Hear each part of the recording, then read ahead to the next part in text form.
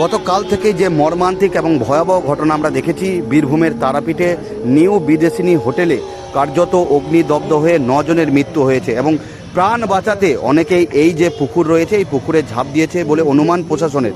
আমরা দেখতে পাচ্ছি যে হোটেলের পাশেই এই পুকুরেই কিন্তু উদ্ধারকারী দল তারা কিন্তু তল্লাশি চালাচ্ছে। আমরা দেখতে পাচ্ছি যে এনডিআরএফের দলও এই মুহূর্তে রয়েছে এবং তারা কিন্তু পুকুরে বিভিন্ন জায়গায় তল্লাশি চালাচ্ছে। প্রশাসনের অনুমান হয়তো এই পুকুরে অনেকজন ঝাঁপ দিয়েছে এবং তাদেরই খোঁজে এই মুহূর্তে তল্লাশি চলছে। বীরভূমের তারাপীঠে নিউ বিদেশিনী হোটেলে যে ভয়াবহ অগ্নিকাণ্ড, সেই অগ্নিকাণ্ডের 9 জনের মৃত্যু হয়েছে এবং যেটা প্রশাসন সূত্রে জানা গেছে যে 5 জনের বাড়ি কিন্তু মেঘালয়ে। এই 5 জন পুণ্যার্থী যাদের মৃত্যু হয়েছে তাদের বাড়ি কিন্তু মেঘালয়ে, বাকি আরও 4 জন রয়েছে বিভিন্ন জায়গার।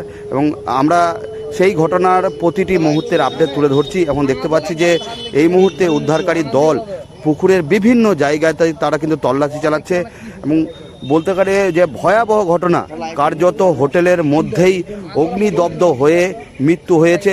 এবং এই ঘটনায় হোটেল মালিক ও তার ছেলেকে বীরভূম জেলা পুলিশ গ্রেপ্তার করেছে। আজকে তাদের রামপুরহাট আদালতে তোলা হবে।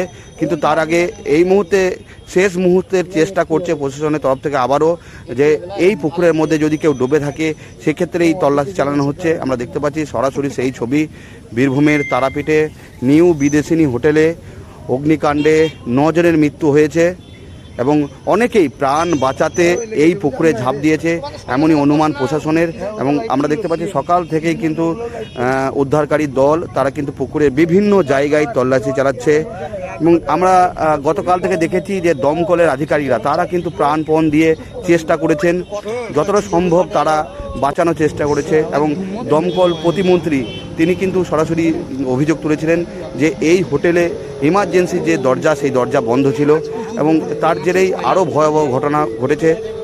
এবং প্রশাসনের তরফ থেকে এই ঘটনায় ইতিমধ্যে তদন্ত শুরু হয়েছে। কিভাবে আগুন লাগলো সেই বিষয়টা এখনও দেখা হচ্ছে।